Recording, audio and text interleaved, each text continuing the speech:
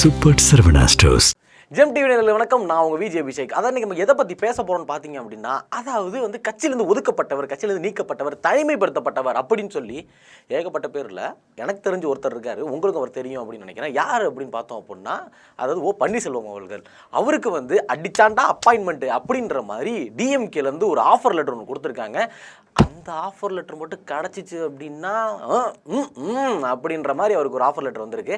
அது என்ன offer letter, DMK என்ன கொடுத்துருக்காங்க, இவர் எப்படா டிஎம்கேல போய் சேர்ந்தாரு அப்படின்றது தான் இந்த வீடியோவில் நம்ம டீட்டெயிலாக பேச போகிறோம். ஸோ அதை பற்றி நீங்கள் தெரிஞ்சுக்கணும் அப்படின்னா இந்த வீடியோ ஃபுல்லாக பாருங்கள். நான் உங்கள் விஜய் அபிஷேக், இது நம்ம ஜெம் டிவி.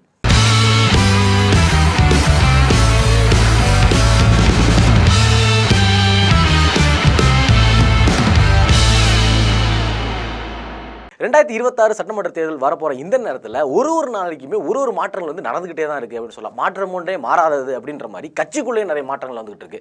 என்னென்னு பார்த்தோம் அப்படின்னா, இதுக்கு முன்னாடி வரைக்குமே ஏடிஎம்கே டிஎம்கே இருமுனை போட்டி தான் நடந்துட்டுச்சு. ஆனால் இந்த வாட்டி 4 முனை போட்டி வந்திருக்கு. திடீர்னு பார்த்தா தாவேக்கான ஒரு கட்சி வந்திருக்கு, என்டிகேன்னு ஒரு கட்சி வந்திருக்கு. என்டிகேன்ற கட்சி முன்னாலேருந்து இருக்குது, ஆனாலும் இப்போ தான் மலர்ந்துருக்கு அப்படின்னு சொல்லலாம். ஏகப்பட்ட தொண்டர்கள் ரீசெண்டாக திருச்சியில் நடத்தின அந்த மாநாட்டை பார்த்தோம் அப்படின்னா எக்கச்சக்கமான பேர் இப்போ இவ்வளோ பேரை கூட்டினீங்க அப்படின்ற மாதிரி இருந்துச்சு. இந்த நேரத்தில் தான் பார்த்தோம் ஒருத்தரை பற்றி நம்ம பேசியாகணும். அதாவது முன்னாள் முதலமைச்சர் இருக்கக்கூடிய ஓபிஎஸ் அவர்கள். இவர் பார்த்தோம் அப்படின்னா கட்சியிலிருந்து நீக்கப்பட்டார், ஒதுக்கப்பட்டார், தனிமைப்படுத்தப்பட்டார் அப்படின்னு சொல்லி என்ன வேணால் சொல்லலாம். அந்த மாதிரி ஒரு தனிமையில தான் இருக்கார். ஆனால் இவரோட ஒரே ஒரு நோக்கம் என்ன அப்படின்னா, எப்படி அது ஏடிஎம்கேக்குள்ளே போகணும். ஆனால் அந்த கேட் ஃபுல்லாகவே மூடிடுச்சு, ஓப்பனே கிடையாது. அதாவது ஃபாரின் போகிறவங்களோட பாஸ்போர்ட்டை பிடிங்கி வச்சா எப்படி இருக்கும், அந்த மாதிரி வச்சுட்டாங்க. ஃபாரினும் போக முடியாது, எதுவுமே போக முடியாது.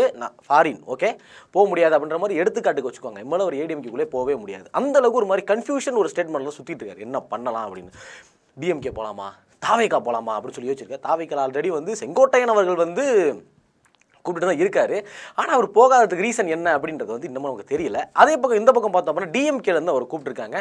ஆனால் டிஎம்கேக்கு போனோம் அப்படின்னா நம்ம ஜெயலலிதா அம்மா அவர்களோட ஒரு நம்பிக்கையான ஒரு தொண்டன்னு நம்பிக்கையான உரியவர், நம்பிக்கையானவர் அப்படின்னு சொல்லலாம். அப்படி நம்ம ஜெயலலிதா அம்மாவுக்கு இருந்துட்டு திடீர்னு நம்ம டிஎம்கேக்கு போக முடியுமா அப்படின்ற ஒரு ஸ்டேட்மெண்ட் எல்லாமே இருக்கு. ஆனால் ஓபிஎஸ் அவர்கள் தனி கட்சி ஒன்று ஆரம்பித்து அவருக்குன்னு ஆதரவாளர்கள் எல்லாருமே வரிசையாக பின்னாடி இருக்க தான் செய்கிறாங்க. ஆனாலும் அவர் மேலே இருக்கிற சில குற்றச்சாட்டு குற்றம் எதுவும் பண்ணல அவர். அதாவது சரியான முடிவு சரியான நேரத்தில் எடுக்காது. முடிவு எடுக்கிறாப்புல, ஆனால் என்னென்ன கொஞ்சம் லேட்டாக எடுக்கிறாப்புல. எப்படி அப்படின்னா, ஃபார் எக்ஸாம்பிளுக்கு சொல்லணும் அப்படின்னா, அதாவது எப்படி சொல்கிறது, ஏதாச்சும் ஒரு இடத்துக்கு போகிறோம் அப்படின்னா மற்றவெல்லாம் அங்கே போய் ரீச் ஆகிடுவான், அதுக்கப்புறம் நம்மளால் இங்கே வண்டி எடுப்பாப்புல. அந்த மாதிரி எல்லாருமே முடிஞ்சதுக்கப்புறம் ஒரு முடிவு எடுக்கிறாரு. இதனால் கட்சிக்குள்ளேயும் சரி, அவங்க ஆதரவாளர்களும் சரி, எல்லாருமே ஓகே இதனால் நமக்கு நம்மளோட ஃபியூச்சர் காலியாக போயிடும் போல் அப்படின்னு சொல்லி பாதி பேர் டக்குன்னு ஜம்ப் பண்ணி டிஎம்கேக்கும், டக்குன்னு ஜம்ப் பண்ணி ஏடிஎம்கேக்கும், பாதி பேர் டக்குன்னு ஜம்ப் பண்ணி தாவேக்காகும் அப்படின்னு சொல்லி மாறி ஜம்ப் பண்ணிட்டு இருக்காங்க. இந்த நேரத்தில் இவர் தனிமைப்படுத்தப்பட்டிருக்காரு அப்படின்னு தான் சொல்லலாம். ஓகே இவரோட அரசியல் வாழ்க்கை என்ன ஆக போகுது, அரசியல் எதிர்காலம் என்ன ஆக போகுது அப்படின்ற ஒரு கேள்விக்குறியில தான் இப்போ இவர் சுற்றிட்டு இருக்காரு. அவங்க வீட்டிலையும் ஏதாச்சும் பண்ணுங்க அப்படின்ற மாதிரி, ஏதாச்சும் ஒன்று பண்ணுங்க சாமி அப்படின்ற மாதிரி அவர் ஏதாச்சும் ஒன்று பண்ணியே ஆகணும். இந்த நேரத்தில் தான் அவர் எந்த முடிவு எடுத்தாலும் எல்லாமே தோல்வியிலே தான் முடிஞ்சிடுச்சு. நம்ம எல்லாருமே பார்த்துருப்போம். அது அதிமுகவில் இணையணும்னு இருந்தார், பார்த்தீங்கன்னா என்டிஏல இணைய போகிறாரு அப்படின்னு சொன்னாங்க. ஆனால் எல்லா பக்கத்துமே ஆனால் தான் கட்டிகிட்டு இருக்காங்க. ஆனால் ஒரு நல்ல ஒரு தலைவர் அப்படின்னா அவரை பற்றி நல்ல ஒரு பேச்சு. ஏன் அப்படின்னா, ஜெயலலிதா அம்மா அவங்க ஜெயிலுக்கு போனப்பெல்லாம் கூட இவர் தான் பார்த்துட்டு இருந்தார், நாட்டை இவர் தான் பார்த்துட்டு இருந்தார். பன்னீர்செல்வம் அவர்கள் அவர் தான் எல்லாமே மேனேஜ் பண்ணிட்டு இருந்தார். அப்படி இருந்தவர் இவருக்கு என்ன தாண்டா ஆச்சு அப்படின்னு சொல்லி எல்லாருக்குமே ஒரு கன்ஃபியூஷன் ஸ்டேட்மெண்ட் இருக்குது. எல்லாருக்குமே இருக்குது, அவருக்கும் இருக்குது. எனக்கு என்ன ஆச்சு அப்படின்னு அவரே கேட்டுக்கிறாரு. உங்களுக்கு என்ன சாமி ஆச்சு அப்படின்னு சொல்லி மக்களும் கேட்க ஆரம்பிச்சிட்டாங்க. அதே மாதிரி இவர் சரியான ஒரு டிசிஷன் எடுக்கிறது இல்லை. அதாவது அங்கேருந்து வெளிவந்த ஓபிஎஸோட ஆதரவாளர்கள் என்ன சொல்கிறாரு அப்படின்னா, அதாவது இவர் எனக்கெல்லாம் வரும் அப்படின்னு சொல்லி அவர் அப்படியே உட்காந்துக்கிறாப்புல, எல்லாம் வந்துருப்பா நமக்கு, நம்ம பார்த்துக்கலாம் அப்படின்னு சொல்லிட்டு அவர் ஜாலியாக உட்காந்துருக்காரு. ஆனால் எதுவுமே தமக்கு வரப்போகிறதில்ல அப்படின்றதையும், அது மட்டும் இல்லாமல் களத்தில் இறங்கி போராடுறதில்ல. அதாவது இதனால தான் அவர் களத்தில் இறங்கி போராடி இருந்தார் அப்படின்னா இபிஎஸ் அவர்களோட இடத்த நான் பிடிச்சிருக்கலாம். ஆனால் இபிஎஸ் அவர்கள் பயங்கர ஸ்ட்ராங்கான ஒரு பர்சன், களத்தில் இறங்கி அவர் போராடுறாரு. இதனால தான் ஓபிஎஸ் அவர்கள் பின்தங்கிட்டு இபிஎஸ் அவர்கள் இப்போ முதலமைச்சராக இருக்காரு அப்படின்னு சொல்லியிருக்காங்க. அதான் களத்தில் இறங்கி யார் போராடுறாங்களோ அவங்களுக்கு அந்த பவர் கண்டிப்பாக இருக்கும் அப்படின்றது. ஆமாம், ஏதோ ஒரு பதவி கொடுக்குறாங்கன்னா, ஏதோ ஒரு முடிவு எடுத்திருக்கிறாருன்னா, என்ன தான் முடிவு எடுத்திருக்காரு, அதாவது என்ன முடிவு எடுக்கணுன்ற ஒரு கன்ஃபியூஷனில் ஓபிஎஸ் அவர்கள் இருக்கிறாரு. அதாவது 2 டைப் ஆஃப் ஒரு வழி இருக்குது. அது என்னென்ன அப்படின்றத சொல்கிறேன். அதாவது ஓபிஎஸ் அவர்களுக்கு நல்லாவே தெரியும், கண்டிப்பாக நம்ம தனிச்சு நின்னோம் அப்படின்னா ஜெயிக்க முடியாது அப்படின்றது. அதுக்காக லைட்டாக இப்படிக்கா அப்படியே டிஎம்கே பக்கம் சாஞ்சார். சாஞ்சது நான் எதை வச்சு சொல்கிறேன் அப்படின்னா, இப்போ சாய மாட்டாருன்னு அப்படின்னு கேட்டோம் அப்படின்னா, சொல்கிறேன். அதாவது இப்போ கொஞ்ச நாளைக்கு முன்னாடி வந்து பட்ஜெட் மீட்டிங் வந்து சட்டசபையில் நடந்தது எல்லாருக்குமே தெரியும். பட்ஜெட் மீட்டிங் வந்து பாதி பேர் ட்ரோல் பண்ணிருந்தோம். இந்த ஏடிஎம்கே வந்து பத்திரிக்கைலாம் சொல்லி காது குத்தும் விழான்னு சொல்லி காது குத்தும் விழாலாம் வச்சாங்க, எல்லாரும் பார்த்துருப்பீங்கன்னு நினைக்கிறேன். அந்த விழாவில் வந்து பார்த்தோம் அப்படின்னா எம்எல்ஏ ஐயப்பன், இவர் யாருன்னு பார்த்தீங்க அப்படின்னா ஓபிஎஸ் அவர்களோட ஆதரவாளர். இவர் வந்து பார்த்தோம் அப்படின்னா முதலமைச்சர் மு.க. ஸ்டாலின் அவர்களை வந்து புகழ்ந்து பேசுகிறாரு. அதாவது வந்து அடுத்த முறையும் ஆட்சி அமைக்கும் முதலமைச்சர் மு.க. ஸ்டாலின் அவர்களே அப்படின்ற மாதிரி கொஞ்சம் என்ன பண்ண ஆரம்பிச்சிட்டாரு, அவருக்கு சப்போர்ட்டிவாக பேச ஆரம்பிச்சு. இது எல்லாருக்குமே ஷாக்கு, என்னடா அது அப்படின்றது. வெளில வந்ததுக்கப்புறம் ஆமாம் அவர் கரெக்டாக ஆட்சி பண்ணுறாரு, அதனால தான் என்னோட ஆதரவாளர் வந்து சொன்னா அப்படின்னு சொல்லி ஓபிஎஸ் அவர்கள் சொல்லிட்டாங்க. இதுதான் இதுக்கான ஒரு ஆரம்ப புள்ளி. அதாவது இந்த மீட்டிங்க்கு அப்புறம் ஓபிஎஸ் அவர்கள் வந்து 2 முறை வந்து சிஎம் வந்து மீட் பண்ணியிருக்காரு. என்ன மீட் பண்ணி பேசினாங்க அப்படின்னா, அதாவது ஃபர்ஸ்ட் மீட்டிங்கில் என்ன சொல்லியிருக்காங்க அப்படின்னா, இவர் வந்து ஒரு எக்ஸ் சிஎம், அதாவது முன்னாள் முதலமைச்சர் அப்படின்றதுனால இவருக்கு வந்து ஒரு தனியாக ஒரு மரியாதை ஒன்று இருக்குது. நீங்கள் வந்து நேராக டிஎம்கேல வந்து சேர்ந்துருங்க. அதாவது மு.க. ஸ்டாலின் அவர்கள் சொன்னது, நீங்கள் வந்து நேராக டிஎம்கேல சேர்ந்துங்க, உங்களோட மரியாதை அதாவது உங்களுக்கு கௌரவம் குறையாத அளவுக்கு நான் வந்து பார்த்துக்கிறேன் அப்படின்னு சொல்லி டிஎம்கேல வந்து அப்ரோச் பண்ணியிருக்காங்க. இதுக்கப்புறம் வந்து இந்த அப்ரோச்சை பார்த்துட்டு தான் வந்து இவர் வந்து ஒரு சில ரிக்வஸ்ட் எல்லாமே வச்சிருக்காரு. அது என்னன்னு பார்த்தீங்க அப்படின்னா, அதாவது எனக்கு இணை பொதுச் செயலாளர் அப்படின்ற பதவி வேணும் டிஎம்கேல. அது மட்டும் இல்லாமல் என்னோட ஆதரவாளர்களுக்கு கிட்டத்தட்ட 7 சீட்டு வந்து நீங்கள் தரணும் அப்படின்னு சொல்லி பேசியிருக்காங்க. அதுக்கு உடனே வந்து மு.க. ஸ்டாலின் அவர்கள் அப்படிங்களா, சரி ஓகே இதை பற்றி நம்ம பேசுவோம் அப்படின்னு சொல்லி இந்த டாக்ஸ் அப்படியே விட்டுட்டு அப்படியே கிளம்பி போயாச்சு. இந்த மீட்டிங் வந்து முடிஞ்சிருச்சு.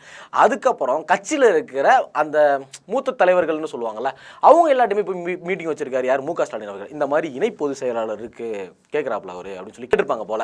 அதுக்கு வந்து என்ன சொல்லியிருக்காங்க அப்படின்னா, அதை ஒரு கிண்டல் கேலி பண்ணி சொல்லியிருக்காங்க. அதாவது திமுகவில் இணை பொதுச் செயலாளர் அப்படின்ற ஒரு பதவியே இல்லை அப்படின்னு சொல்லி அங்கே வந்து ஒரு கிண்டல் கேலி பண்ணியிருக்காங்க.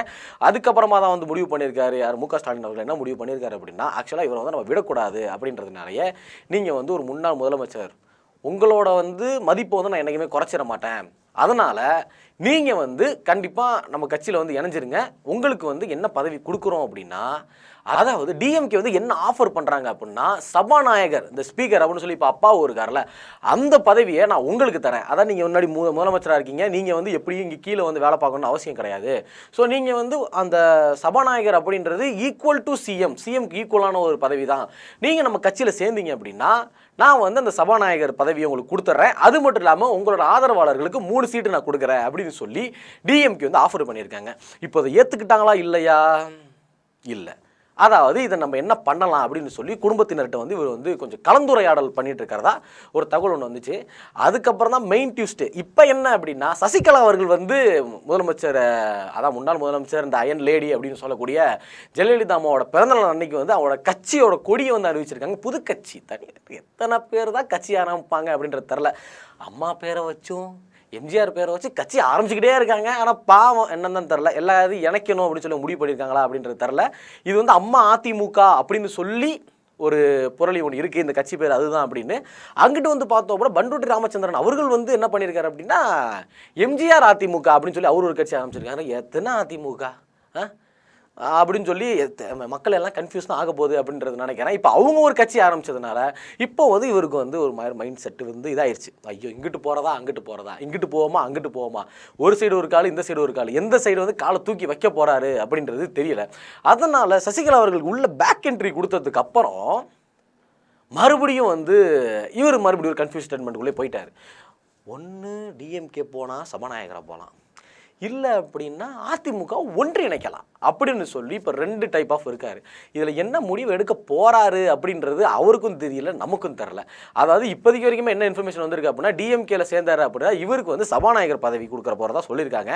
ஆனால் இந்த சைடு வந்து இவங்க புது கட்சி ஆரம்பிச்சதுனால எங்கிட்டு போய் இணைஞ்சிருவோமா, அதிமுகவை ஒன்றிணைப்போமா அப்படின்னு சொல்லி ரொம்ப நாளாக ட்ரை பண்ணிருக்காரு. மறுபடியும் சசிகலா அவர் கூட இணைஞ்சு இதை பண்ணலாம் அப்படின்னு சொல்லி அப்படி ஒரு பக்கம் போயிருக்காரு. ஆனால் என்ன பண்ண போகிறாரு அப்படின்றது உங்களுக்கு தெரில. ஸோ இதை பற்றி நீங்கள் என்ன நினைக்கிறீங்க? அதாவது ஓபிஎஸ் அவர்களுக்கு சபாநாயகர் பதவி கொடுத்தா அவர் அங்கே போகலாமா, அவர் எங்கே போனால் நல்லது அப்படின்னு நீங்கள் என்ன நினைக்கிறீங்களோ அதை மறக்காமல் கமெண்ட்ஸில் கமெண்ட் பண்ணிட்டு போங்க. இந்த மாதிரியான இன்ஃபர்மேஷன்லாம் தெரிஞ்சுக்கணும் அப்படின்னா மறக்காமல் நம்ம ஜெம் டிவியை சப்ஸ்கிரைப் பண்ணுங்கள்.